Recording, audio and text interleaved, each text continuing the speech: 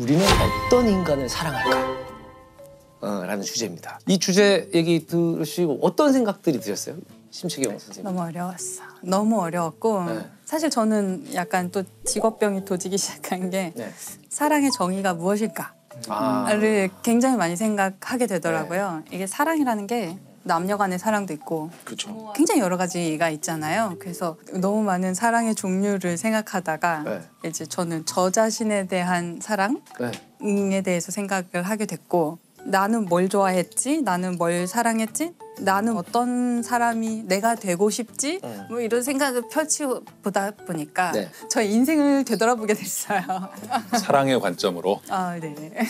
그래서 제작진한테 이제 사랑의 정의가 무엇이냐를 되물었습니다. 그리고 답을 받지 못했어요.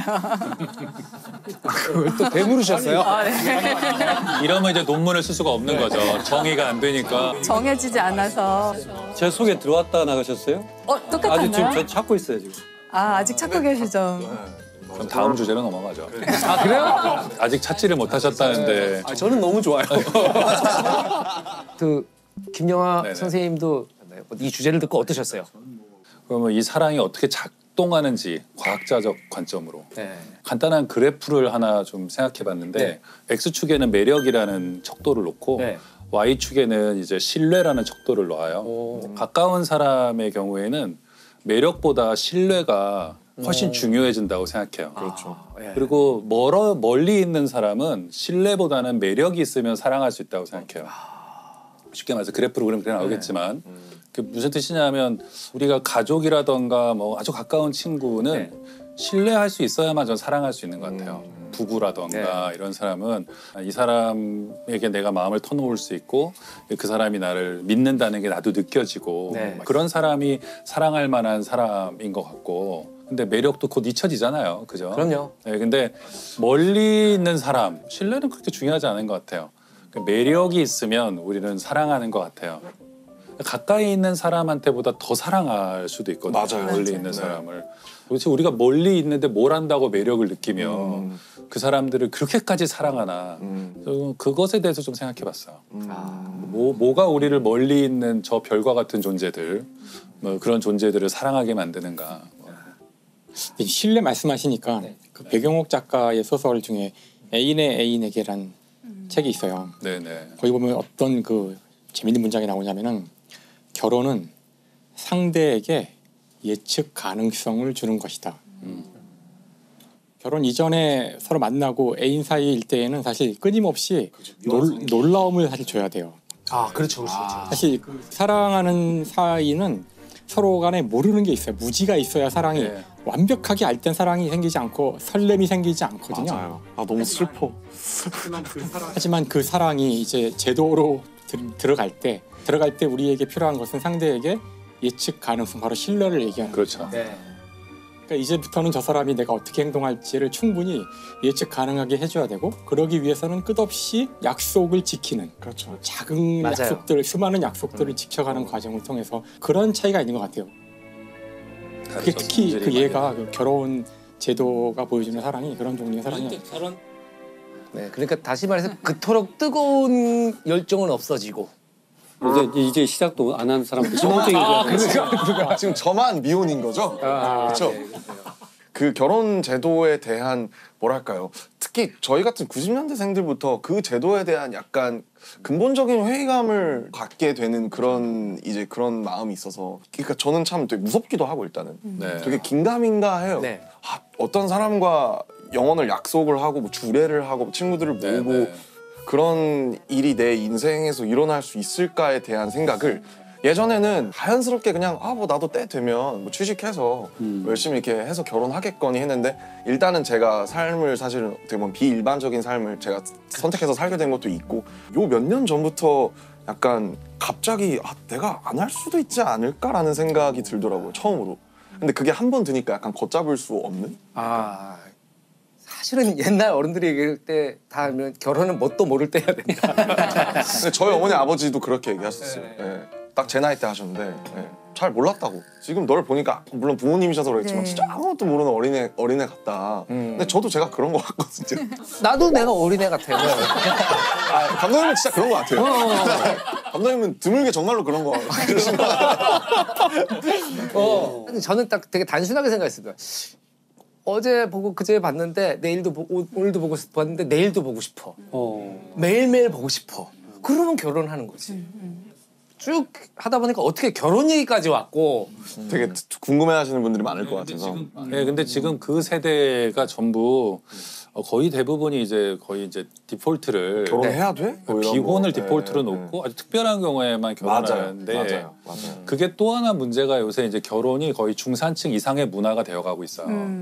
결혼을 할 때 맞아요. 비용이 많이 들기 때문에 이게 좀 소득이 낮거나 저소득층이거나 이런 경우에는 굉장히 큰 결심을 해야만 결혼이 가능해지고 절대적인 소득이 낮아서가 아니라 결혼을 함으로써 포기해야 되는 비용이 있잖아요. 예, 그래서 기회비용이 많이 사죠. 너무 크죠. 그거를 나는 내가 혼자서 더 윤택하게 사는데 투자하고 싶은 맞아요. 게 더 정 말씀하신 대로 기본이 된 것 같아요. 맞아요. 근데 19세기 이후에 낭만적 이 결혼관에서는 결혼을 사실 연애의 연장처럼 생각했기 때문에 사랑이 계속돼야만 하고 막 가슴이 계속 몇 년 동안 몇십 년 동안 뛰어야 되는 줄 알지만 그러면 병원에 가야죠. 몇십 년간 가슴이 뛰면 신부전이네. 저는 그거보다는 성격이 달라진다고 생각해요. 결혼하면 굉장히 장기적인 어떤 신뢰 관계로 들어가는 것이고 그래서 저는 신뢰도 매우 굳건하고 오래 지속되는 신뢰도 일종의 사랑이라고 생각해요. 우리가 사랑이 뭔지를 정의할 수는 없지만 네. 이 세상은 사랑으로 충만해 있잖아요. 네. 그렇죠. 그래서 김영하 선생님께서는 네. 우리는 어떤 인간을 사랑할까 이 주제를 듣고 어떤 생각이 떠올려? 누가 떠오르셨는지? 저는 그래서 네.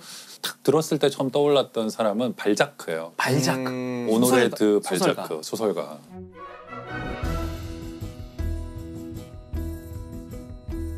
발자크가 프랑스의 이제 19세기의 작가인데 네.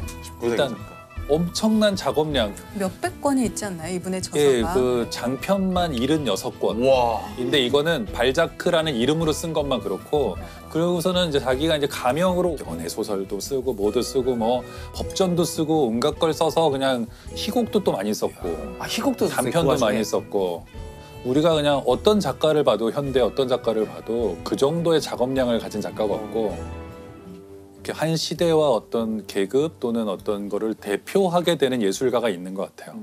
자기도 그걸 모르죠. 그런 운명을 받게 돼요. 자기는 자기가 그런 운명이 될 줄 모르고 새로 프랑스 혁명 이후에 등장하는 시민 계급, 온갖 장사치들, 그다음에 뭐 사업하는 사람들, 이 부르주아들의 자기가 대변자가 될 거라고 생각도 안 하고 자기는 그저 귀족이 되려고 열심히 썼을 뿐인데 근데 시대의 에너지가 발자크로 모인 거죠. 그러니까 처음에 독자들이 가장 먼저 알아봐요. 자기들을 대변하고 있다고 생각하는데 발자크는 신경 안 쓰고 그래 내 팬들 알았어. 나는 귀족이 돼야 되는데 이러면서 살았거든요. 저는 그런 걸 보면 좀 안쓰럽기도 하지만 아이러니하네요, 진짜. 예. 네. 근데 예술가들은 한 번쯤 이제 생각해 볼 만한 거라고 생각해요. 내가 실은 나도 모르게 누구를 대변하고 있나. 근데 그게 딱 정확하게 제가 한 2, 3년 전쯤에 가장 많이 좀 그것 때문에 제일 많이 고민했었던 건데 저희가 전 세계 마이너리티들의 대변자가 되어 있었던 적이 있었어요. 근데 사실 지금도 그런 부분이 뭐 지속되고 있는 어느 정도 지속되고 있는데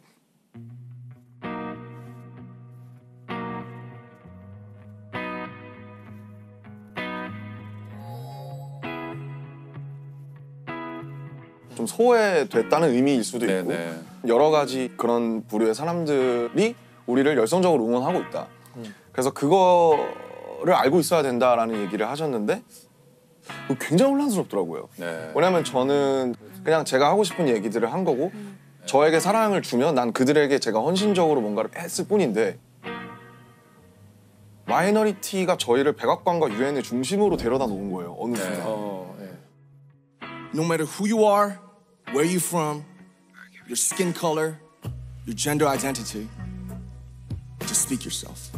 너무 이제 스스로 계속 정체성에 대해서 혼란스러웠던 건 과연 나에게 자격이 있는가. 그러니까 단순히 이 에너지가 여기를 모였다고 해서 그 에너지를 이렇게 영향력이 있는 곳에서 발휘할 수 있는 그런 도덕적, 윤리적 혹은 시대적인 그런 사명이 나한테 있다고 내가 스스로 믿어도 되는가? 이게 오만 아닐까? 그런 생각 많이 했던 것 같아요. 그 중요한 얘기인데요.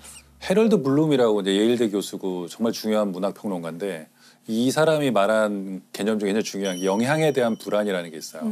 원래는 예술가들을 설명하는 개념이에요. 예술가가 될 때 다른 예술가한테 영향을 많이 받잖아요. 그렇죠. 그런데 예술가들이 어떻게 예술가가 되냐 하면 불안을 가져야 된다는 거예요. 내가 저 시인을 너무 좋아하지만 저 아티스트가 나에게 너무 강력한 영향을 미쳐서 내가 그의 그냥 아류가 되는 것을 저항하잖아요. 이 저항을 하면서 자기 것이 생기는 것이거든요.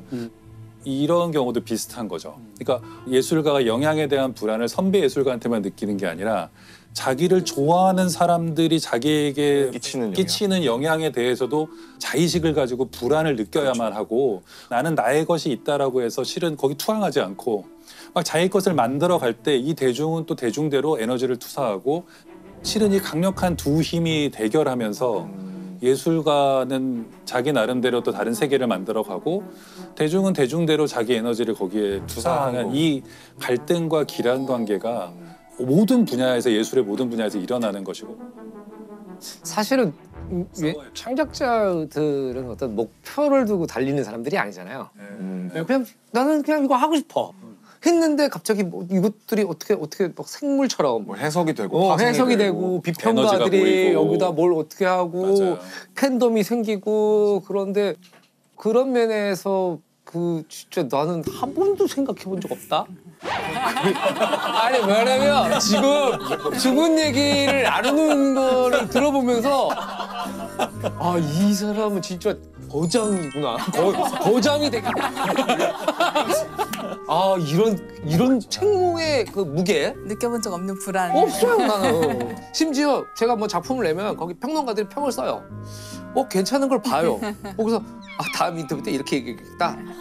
아니 많은 감독들이 심지어 그렇게 해요. 이렇게 해석이 되는구나. 말 되네? 그리고 마치 되게 의도했던 것처럼 얘기를 하거든요.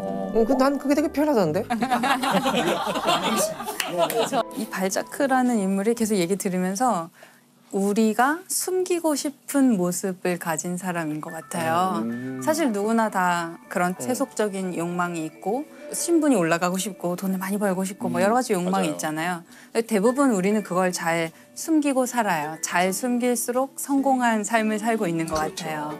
근데 이 발자크라는 사람은 그거를 그냥 가감없이 다 내보여준 사람이죠. 어쩌면 이 사람을 바라보는 게 정말 말씀하신 것처럼 나를 바라보는 것 같은 느낌, 내가 숨기고 싶었던 나의 욕망과 나의 모범적이지 않은 면들을 그대로 보여주고 있는 게 아닌가.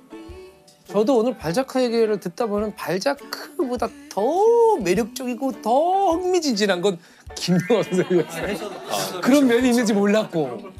마트리오시카 같은 꺼내도 새로운 저는 지루한 인생을 살고 있어요.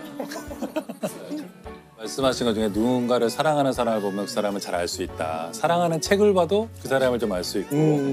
그 저는 소설가로서 인생의 중요한 과제는 아마 심리학에서 그렇게 생각하실 것 같은데 자기의 다양한 자아를 통합하는 거라고 생각해요. 과거의 나를 용서하거나 받아들이고 이해하는 내가 그때 왜 그랬는지 이런 것들을 찾아내는 건데 우리가 자기 자신이라고 해서 다 잘 받아들이는 게 아니거든요. 과거의 나도 타인이라고 저는 생각해요. 우리가 그래서 맨날 이불킥 하잖아요. 그때 왜 그랬을까? 맞아요.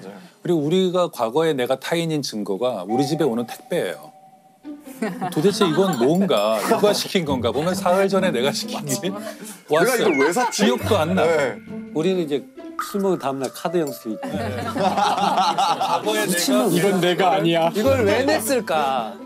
이해가 안 되니까 미쳤다고 표현하지만 실은 과거에 내가 잘 통합이 안 되고 있는 거거든요. 근데 소설을 보면 거기에 발자크 같은 인물이 저지르는 걸 보더라도 그래 내가 그때 저런 마음이었겠구나.